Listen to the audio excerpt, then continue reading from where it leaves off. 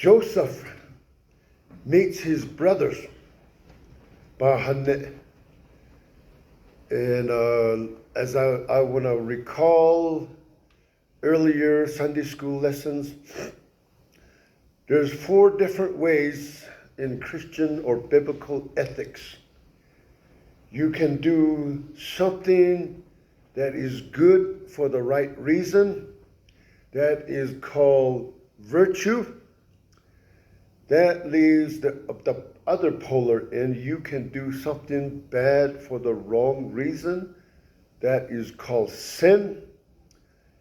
And that leaves 2 other possible choices. You can do the right thing for the wrong reason. That is called hypocrisy. No, hold on. You can do the wrong thing for the wrong reason. That is called hypocrisy. So that leaves one other option. You can do, which one was it? I'm confused. You can do the right thing. No. You can do the wrong thing for the right reason. I forget what that is called. I have to unfold years and years of notes too. But for now, I'll just call it stupidity. We're going to see all of that in this picture. And as I've said before, everything in Genesis is foundational. Every doctrine that we have in Christianity comes from Genesis. The doctrine of clothing. As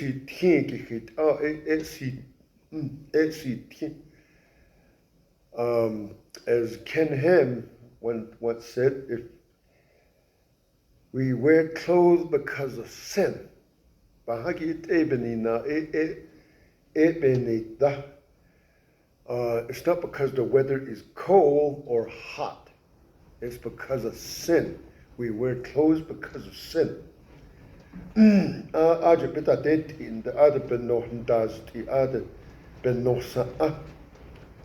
So Genesis is a story of beginnings. The first ones, that is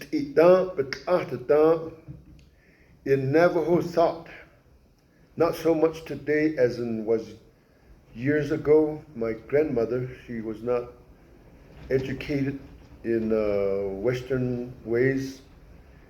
Her worldview was the earth was flat.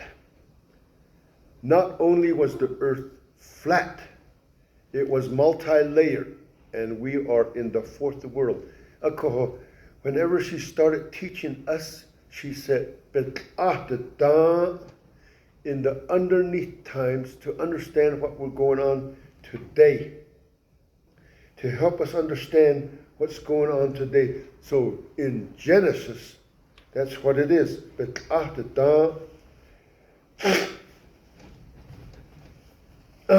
So it is critical. So, like I said, I built a house before. When you're building a house, you do not just select any ground, because if you were here 20 some years ago, like I was, Fort Defiance Hospital was built, and before it even opened, the place flooded, because it was built on a place where waters pond up. So you want to build in your house, you have to. So Genesis is like that. And when you are building the foundation, you have to you have to take your time. You have to make it square, the 3, 4, 5 rule. How to make your house into a perfect square. Although you have to make your foundation even all the way around, level. But if you don't, what happens is when you get the sheetrock and the sidings from the Home Depot, they are perfectly square. So if your foundation is not square, you're going to have to shape your building materials. It takes time, and you're wasting money. So Genesis is like that. It is critical, because if I do it wrong, you might put your faith in a different Jesus, like the Mormons did, like the Jehovah's Witnesses did, and in a sense, in a way that in our tradition we have done. We believe that Jesus is coming for a defeated church. No, Jesus is coming for a victorious church. You cannot. So, since it is all, I think there's 38 verses, I'll just dive right into Genesis. When Jacob saw that there was grain in Egypt, Jacob said to his sons, "Why do you look at one another?" I understand Egypt as the country did not depend on rainfall for its existence. It depended on the Nile River, which flows from south to north from the Ethiopian highlands. And once a year, at the end of our summer, it flooded.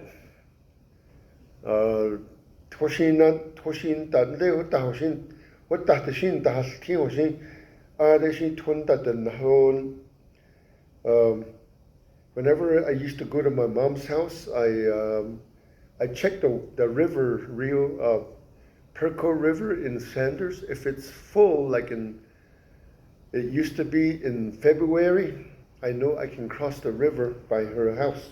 No, when the river is full, I know to go around loop. But if it's full, I know not to cross the little Colorado River down by where she used to live.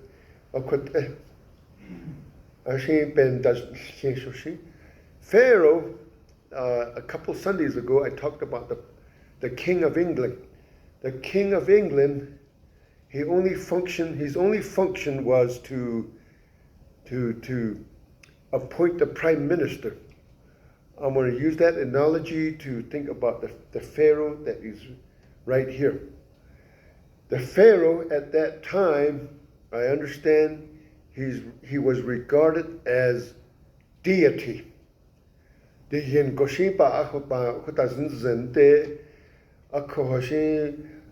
think once a year, I could be wrong, once a year, like in late September or August, somewhere around there, he went out to the Nile River, and just when it started to flood, it made it look like he was doing the flooding.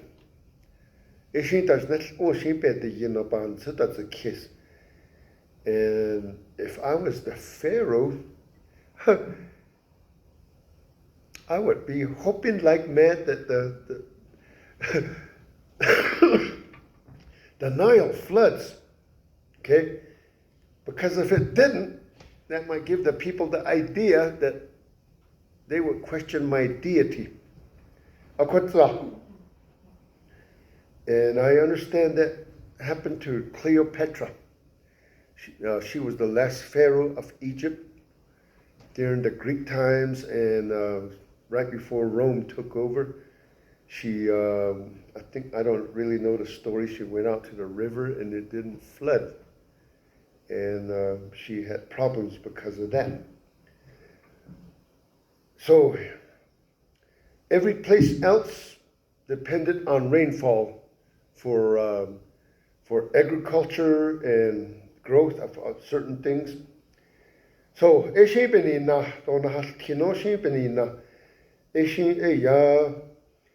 and he said, "Indeed, I have heard there is grain in Egypt," or Ephraim. "Go down to that place and buy for us there, that we may live and not die." So in the earlier chapter, Joseph had two sons. One is named Manasseh, the other one is called Ephraim. So there's a little connection there.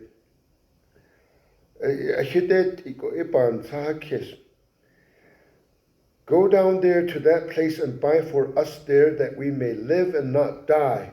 So Joseph's 10 brothers went down to buy grain in Egypt. The question that hangs in the air is, why did Jacob send all 10 of his sons? The only answer that might apply might be that whatever food was being sold down in Egypt was rationed out. The generation that lived before me, that went through the World War II period, I don't know if you know anything about rations. You could only buy so much salt. You could only buy so much sugar. So if rather than just have a few brothers go, he sent all of them, because if he only sent like one or two, you might just come back with a small return, right? So if you send 10 brothers down, you might get more. But Jacob did not send Joseph's brother Benjamin with his brothers, for he said, lest some calamity befall him. I might be reading too much into what's going on, but I'm thinking Jacob at this point, he realizes that his family is a mess. His sons are not what he had hoped to be, and their nature, their character is not it's not wholesome. And I'm even suspecting that, but he's suspecting that the 10 brothers had something to do with Joseph's disappearance. I'm not going to die on that hill, but that's what I'm thinking. So he's reserving because Benjamin is his last tie to his beloved wife, Rachel. And the sons of Israel went to buy grain among those who journeyed, for the famine was in the land of Canaan. Now Joseph was governor, or vizier, prime minister over the land, and it was he who sold to all the people of the land. And Joseph's brother came and bowed down before him with their faces to the ground. Several chapters ago, remember Joseph's dream that the sun and the moon and the 11 stars, they bowed down to him. But in this case, this is a partial fulfillment. There's only 10 brothers that are going to bow down to him. Joseph saw his brothers and recognized them, but he acted as a stranger to them and spoke roughly to them. Then he said to them, "Where do you come from?" And they said, "From the land of Canaan to buy food."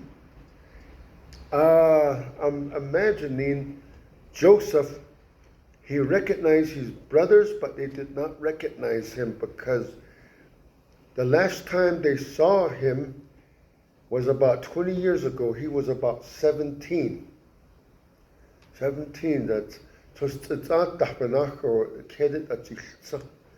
he was in a pit, and he was crying out for mercy, and the whales and the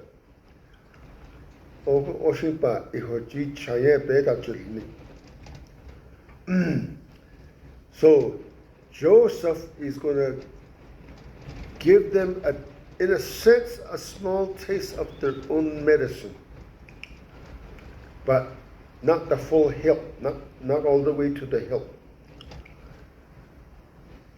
Joseph recognized his brother, verse 8, but they did not recognize him. I understand the Egyptians were always cleanly shaven and they wore white robes. Sort of, I don't. Canaan, the Hebrews, on the other hand, the Israelites, they were hairy and they wore shepherd's clothing and they were just rough and sort of, in a sense, unwashed.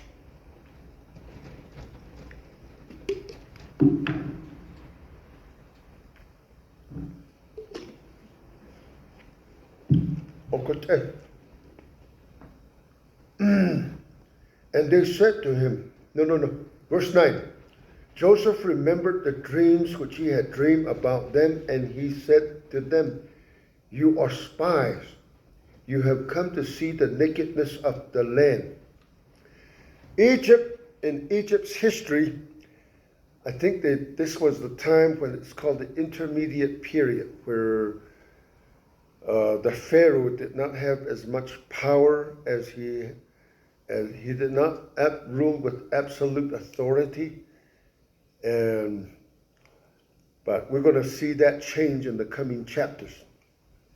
So, and also from Josephus, we're going to find out that this is the time of the Hyksos, that the Egyptians themselves were not ruling themselves. Another group of people from the northeast came in called the Hyksos, and they took over. And later on, they were kicked out. So it's a time of sort of instability.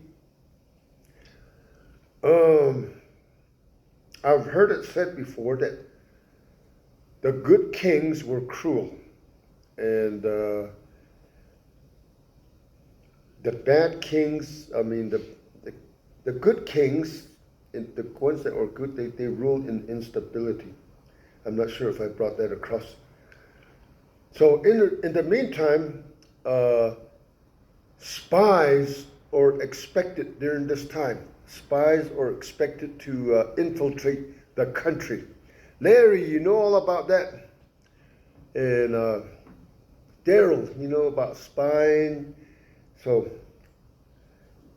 being in the military, that is, you can spy out other countries.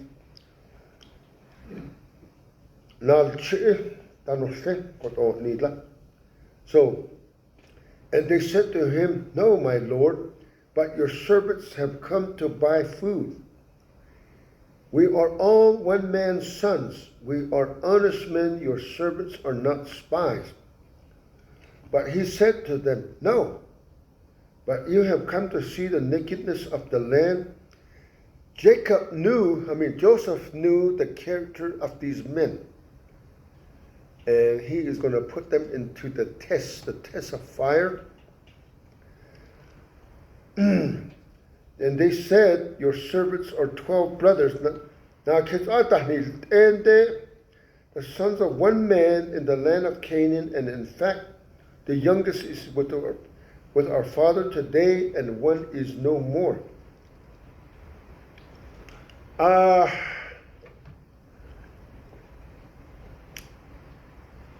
If you are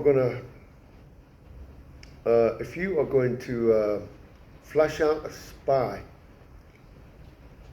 you don't give him all the information. Or if you're going to flush out a witness in a courtroom setting, you don't give him all the information. Or if you are going to narrow down suspect pool, you don't give out all the information. You leave some for yourself that only the suspects know, or the spies know, and you know. So Joseph is going to operate in that manner. And they said, your servants, okay, 14, but Joseph said to them, it is as I spoke to you, saying, you are spies. Later on in the next chapter, Benjamin is going to be put in the hot seat. No matter what he says or doesn't say, what he does or doesn't do, he's going to be guilty as charged, just same way as Joseph was guilty as charged, no matter if he did something or if he didn't do anything in the previous chapters. In this manner you shall be tested by the life of Pharaoh. You shall not leave this place unless your youngest brother comes here. Joseph, knowing about Yahweh, Elohim, God Almighty, El Shaddai, it seems like he is putting on, I don't know what to call it. Remember, the Pharaoh is considered deity. He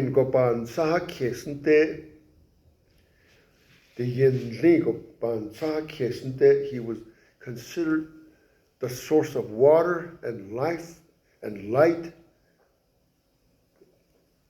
And because of that, he was the source of life. The sun god Ra. So Pharaoh, that was his name.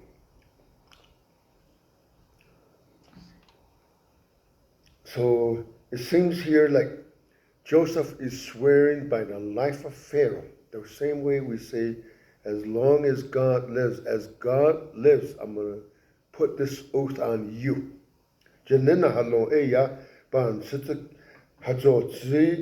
Later on, he's going to say, I fear God. I fear Elohim.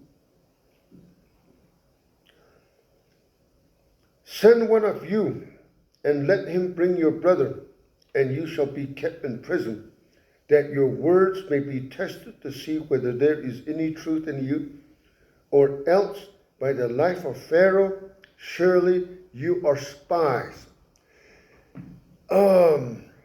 The 10 brothers here are on trial. And again, no matter what they say or don't say, whatever they do or don't do, they are guilty as charged. Given the previous chapters of Judah, what happened, what he did, how far he had fallen. I used the illustration of the painting of the Last Supper. There's a story that circulates about that painting. The man who, Van Gogh, I think his name, or Da Vinci, I say, he did that painting. The first picture that he painted, I understand, was the picture of Jesus. To his assistants, he said, find me the purest looking man, or the most innocent looking young man. So he can sit right here and I can draw him a picture of Jesus. So he did. They found him an innocent looking person. So he used him as a model to draw Jesus. And the painting, I understand, took about 20 years. When it came time for Judas to be painted, the last one apparently, he told his helpers, find me the foulest looking person, so he can sit here and I can draw Judas. And they went down to the lowest dungeon somewhere, and they found the most dangerous inmate, or whatever it is, the most treacherous, and they brought him and he put him here, and the man was sitting there, and he asked the artist, do you remember me? And the artist is hard at work, and he says, no, I don't remember you. And he said, remember 20 years ago?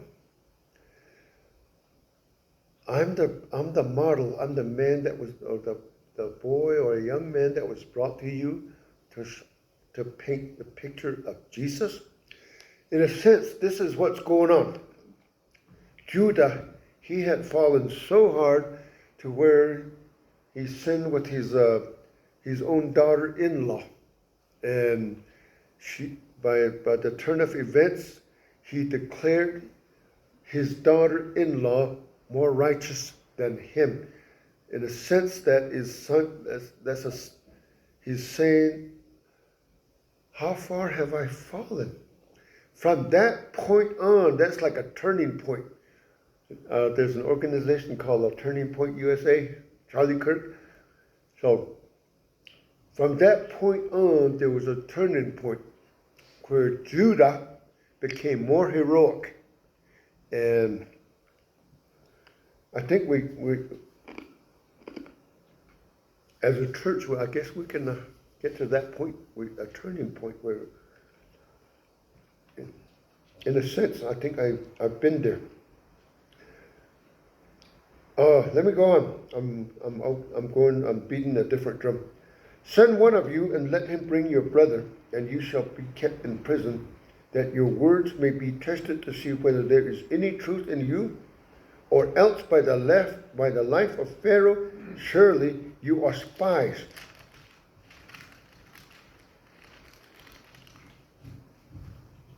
Joseph, apparently aware of the blessings of Abraham, knowed the destiny of his people, that they're going to take over the world. So in that charge, yes, they are guilty. So he put them all together in prison 3 days. Verse 17. This is possibly, in my thinking, the same prison cell where he was. Whatever that prison cell looked like, that's where he put them.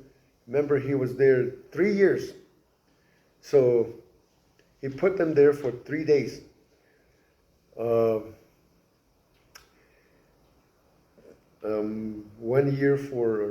day for every year that he served down there. So then Joseph said to them the third day, do this and live, for I fear God. Joseph is kind of loosening up. Not so much though, but he's sort of like, before, a couple of verses ago, he says, by the life of Pharaoh.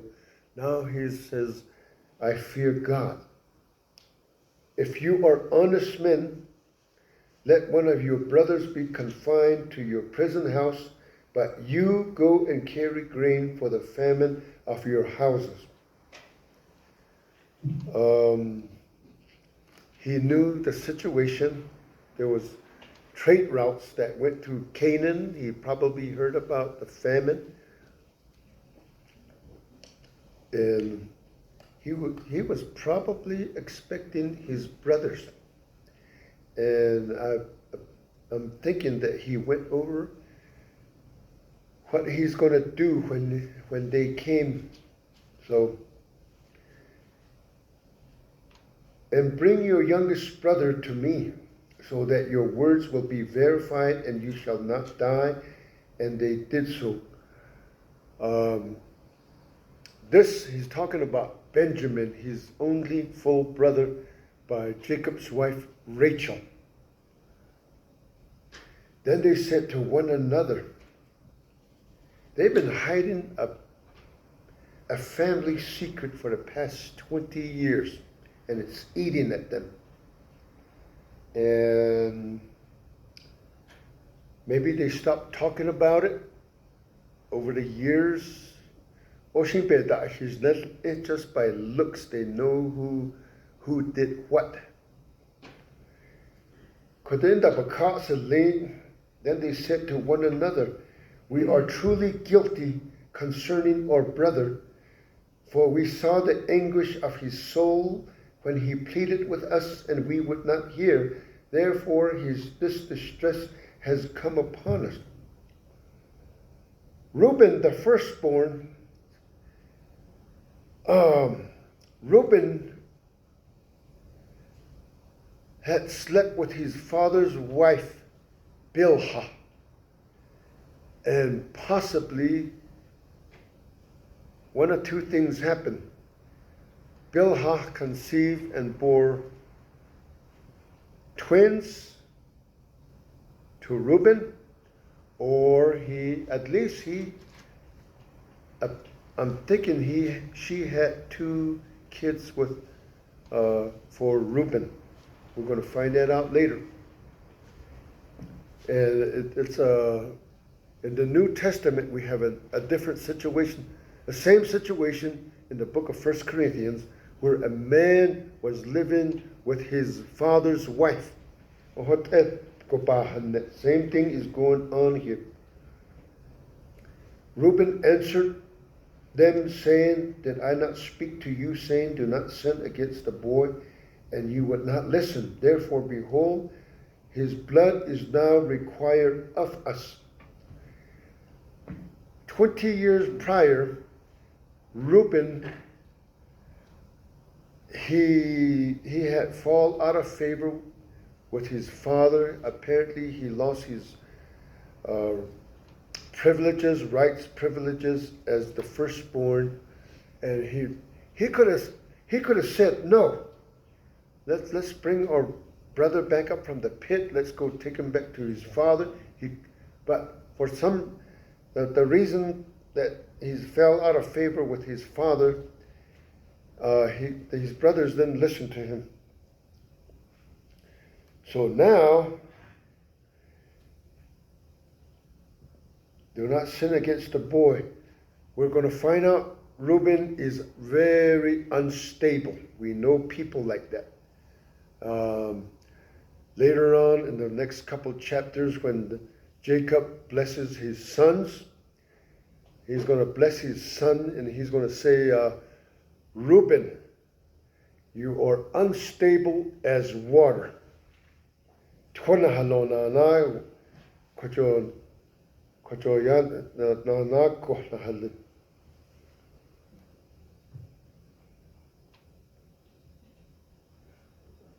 Verse 23, and they did not know that Joseph understood them, for he spoke to them through an interpreter.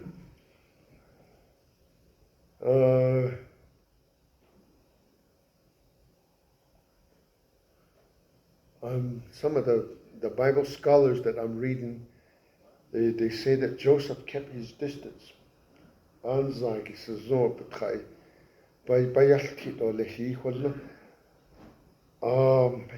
many people spoke Hebrew at this time? I don't know. As far as I know, it's just Jacob and his family. How somebody else that could speak Hebrew, maybe the Ishmaelites, maybe the Midianites, I don't know who. Somebody was interpreting.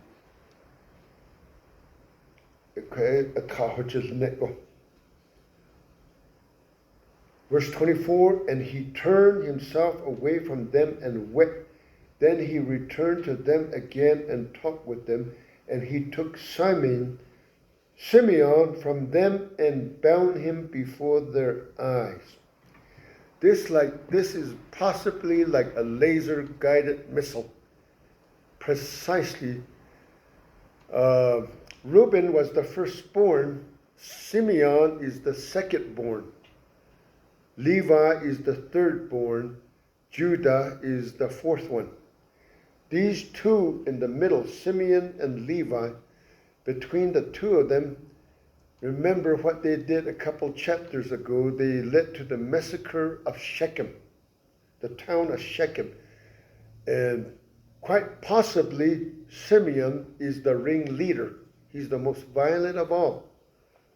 And exactly what happened to Joseph, being sold, being thrown in the pit and being sold, and he might have been the ringleader. So this is like a laser-guided missile that hit precisely where it needs to hit. So Joseph handcuffs Simeon, exactly, possibly the same way Simeon and the other brothers bound him, in that same fashion.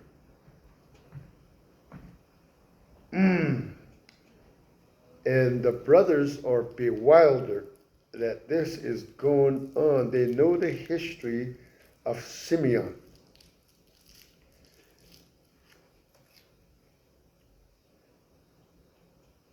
Verse 25, then Joseph gave a command to fill their sacks with grain, to restore every man's money to his sack, and to give them provisions for the journey. Thus he did for them. So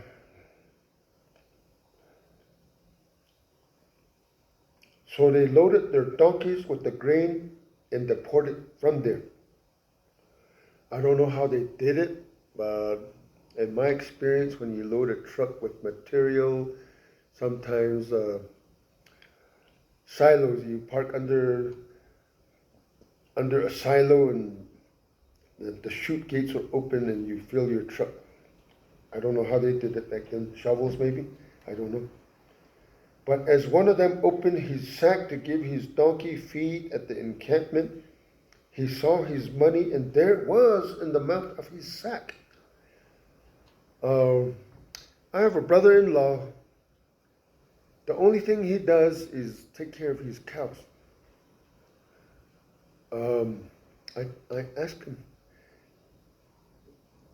do you make any money off of doing what you're doing? Because he takes some cows to market, either to, I think it was Cortez or Holbrook, whoever's selling the most at the time. And where we live, you need to buy hay. Whatever money he gets, he buys hay. And he puts fuel in his truck and he brings it home. And it's just an even, it's like, you make money off of this. He says, it's the life. I love the life. And I can buy some food. So something like that is going on here. They brought grain, and out of that same grain, they not only feed their family, but they have to feed their livestock. How much livestock? How much? Later on, we're going to find out there's going to be 75 or 70 people in that little chieftain. But how many animals they had? But I'll just leave it at that. So he said to his brothers in verse 28, my money has been restored, and there it is in my sack. Then their hearts failed them, and they were afraid, saying to one another, what is this that God has done to us?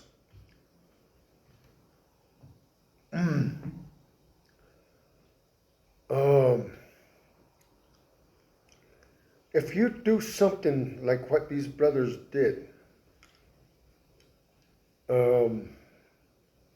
there's a verse in Proverbs that says, the wicked flee when nobody pursues. That's what's going on here. You're paranoid. I know people who are on drugs, they're always paranoid.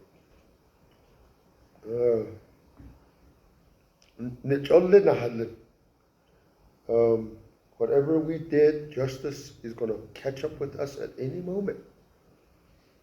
What is this that God has done to us? That question answers itself. In a sense, it answers itself. What is this that God has done to us? It's not that God did this to them out of the ordinary. They had a part in it. In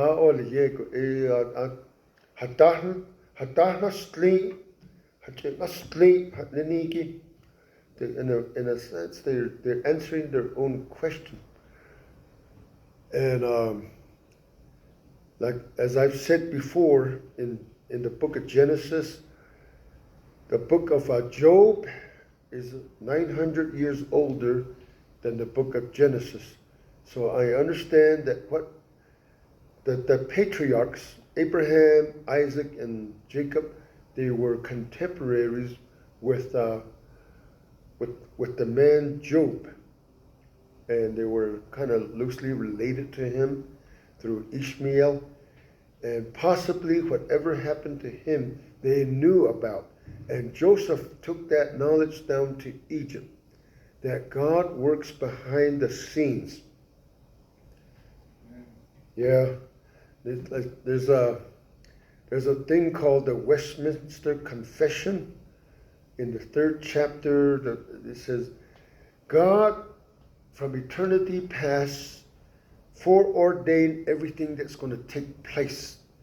That he's going to work through whatever we do, no matter if what we do is bad, he is going to come up with the end and it's going to serve his purpose. That's what's going on here.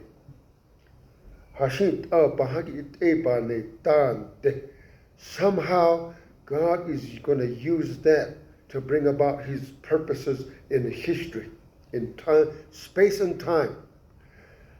To this day, I can't answer the question what happened to the Nazi Germany or why we bombed Hiroshima. I don't know how we. I don't see how. Maybe we don't see it, but I don't know what good came out of that. I can't answer that question right now. Hakoshim. Then they went to Jacob, their father, in the land of Canaan, and told him all that had happened to them. The man who is Lord of the land spoke roughly to us and took us for spies of the country.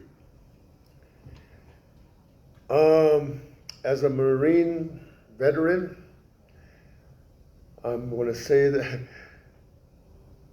the Prime Minister of Egypt spoke to us like a drill instructor or a dorm mate. If you went to the dormitory life, you know how they spoke to us. The ladies who are called Miss Begay, they were always the meanest. Miss Begay, so I'm just trying to paint a picture of what they're saying here. The man who is Lord of the land spoke roughly to us and took us for spies of the country, but we said to him, we are honest men. As the words were leaving their mouth, I guess what we can say is they ate their own words. It's like at a point where you can't, you're saying what you're not, but you are proving yourself just as if you admit, yes, I'm a spy. They apparently knew, because the Abrahamic covenant, God had told Abraham, your descendants are going to be down in Egypt 400 years. They had this knowledge already.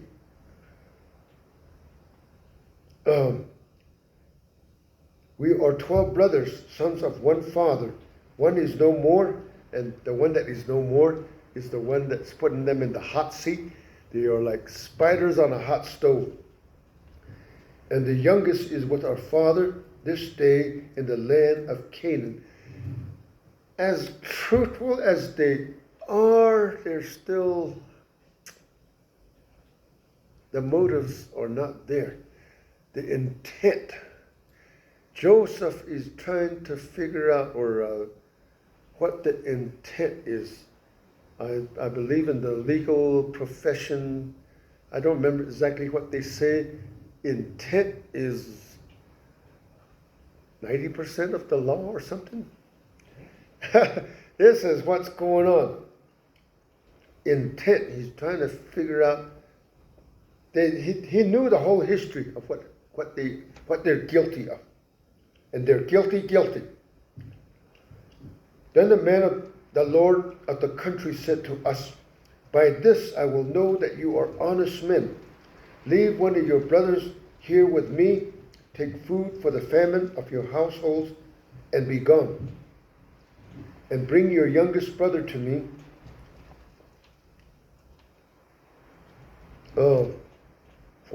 For so shall I know that you are not spies, that you are honest men. I will grant your brother to you, and you may trade in the land.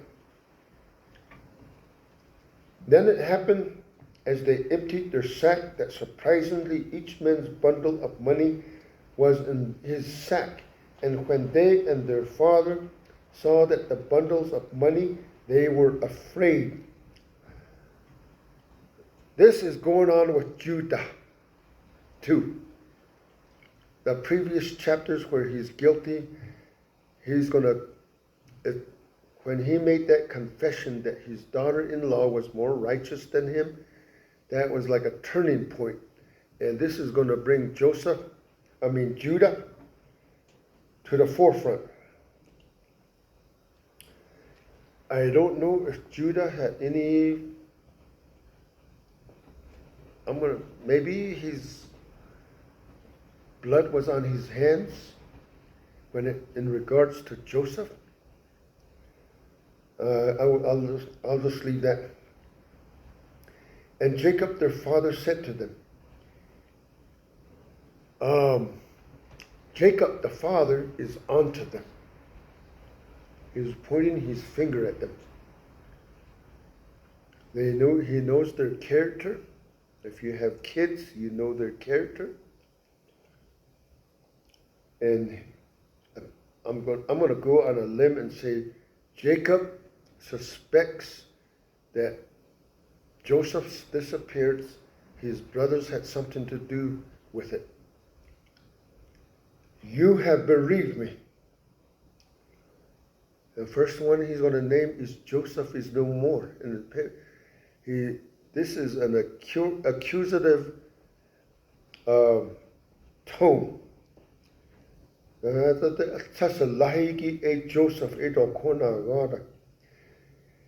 That leaves a question.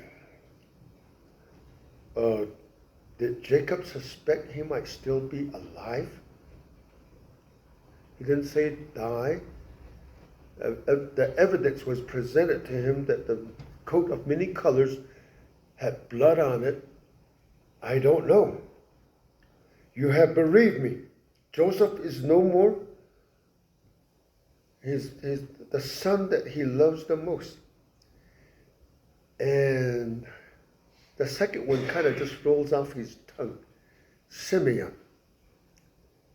The one that caused trouble, the most trouble at Shechem. Maybe he was the ringleader at Shechem. Yeah, it's not almost all beside the point. Simeon is no more, and you want to take Benjamin? All these things are against me. My most beloved child, to the one that I'm not going to say, I kind of didn't like this son.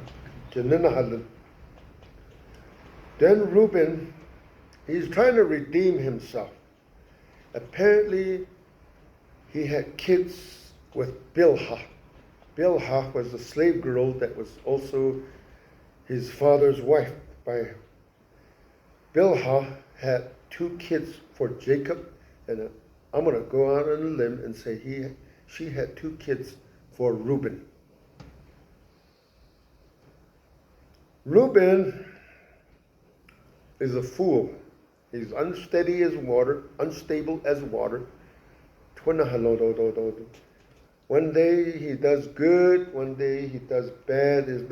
Jacob, he was on a downward spiral, boom, and then from that point on, he had a turning point, and his rise is just going up and up.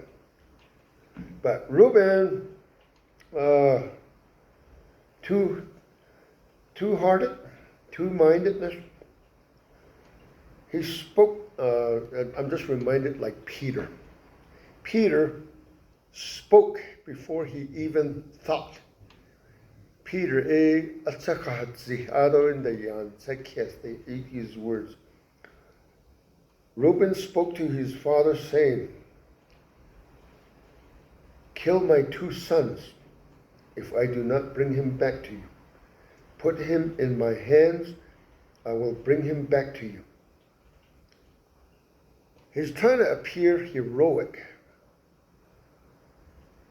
Apparently, I'm going out on a limb. The 2 sons that he mentioned are the 2 sons that he had with Bilhah. He sees this in a way that he can get back his rights as a firstborn. That's innocent. And he said, my son shall not go down with you, for his brother is dead,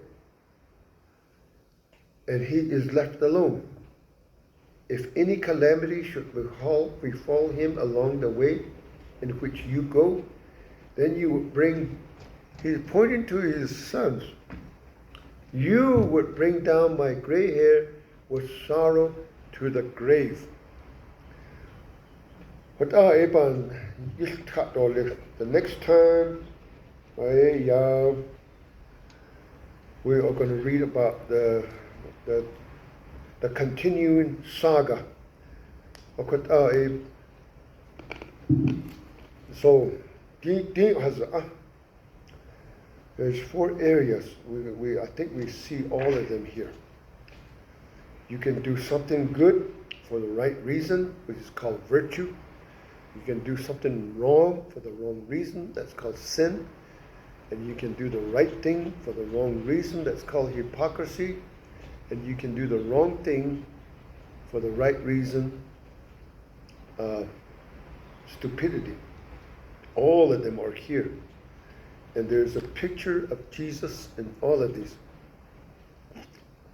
You can see that God is behind the scenes. He's